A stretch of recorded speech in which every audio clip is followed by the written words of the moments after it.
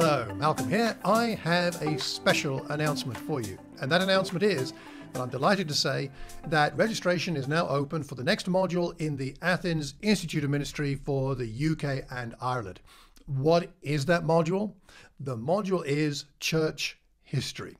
Church history. And you may be asking, why should we study church history? Surely it's all about the Bible and God, and that's all we need. Yes, but there is great value for our spiritual lives and our church health in studying church history. Let me illustrate with something that comes from the introduction to a book that's part of the course. The book is called Church History in Plain Language by Bruce Shelley, and the author is a lecturer in church history, and he writes this: "For years, I kept a cartoon on my study door. Students who stopped to read it often stepped into my office smiling. It encouraged easy conversation. It was a Peanuts strip. Charlie Brown's little sister, Sally, is writing a theme for school titled Church History. Charlie, who is at her side, notices her introduction, and I quote, 'When writing about church history, we have to go back to the very beginning. Our pastor was born in 1930. Charlie can only roll his eyes towards the ceiling.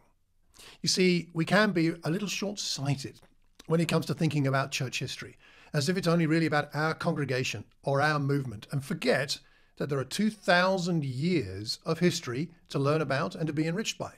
So let me give you 3 quick reasons to sign up for this module to learn about church history, and then you let me know what you think. First reason, studying church history will help us to avoid repeating mistakes of the past, whether the recent past or the distant past. And we can't avoid making every mistake, but perhaps we can avoid making some of the bigger ones by learning from those of our past in Christendom who've made those mistakes. That's number one. Number two is that we can learn from the wisdom of the past. Much as we learn from the wisdom of our forefathers in many fields of science and literature and politics and society, we also learn a great deal from the wisdom of those who've lived the scriptures, and individually, but also corporately as congregations, and have written about it. So there's much we can learn that can enrich our current day congregational life when we look back at the wisdom of the past. That's number 2. And number 3 is we can get a vision for the future. As we see some of the inspiring ways in which church life was lived out in the past, in the last 100 years, 500, 1,000, 1,500, 2,000 years, we get a vision for what God might be able to do with you and I today.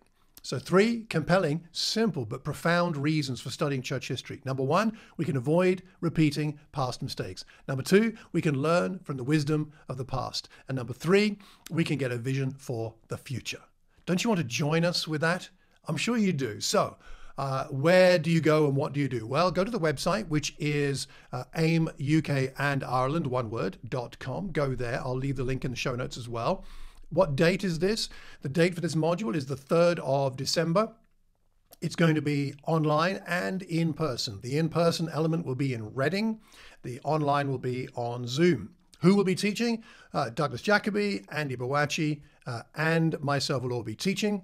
I'll put more content, information about the content of the module in the next informational video, but I think I'll leave it at that for now. And if you've got any questions, you can email me, malcolm@malcolmcox.org, or our administrator, Michelle Chima, whose email address you'll find on the website. I hope you find that helpful and useful. We are going to have a great time studying and learning from church history. Hope to see you there. Take care and God bless.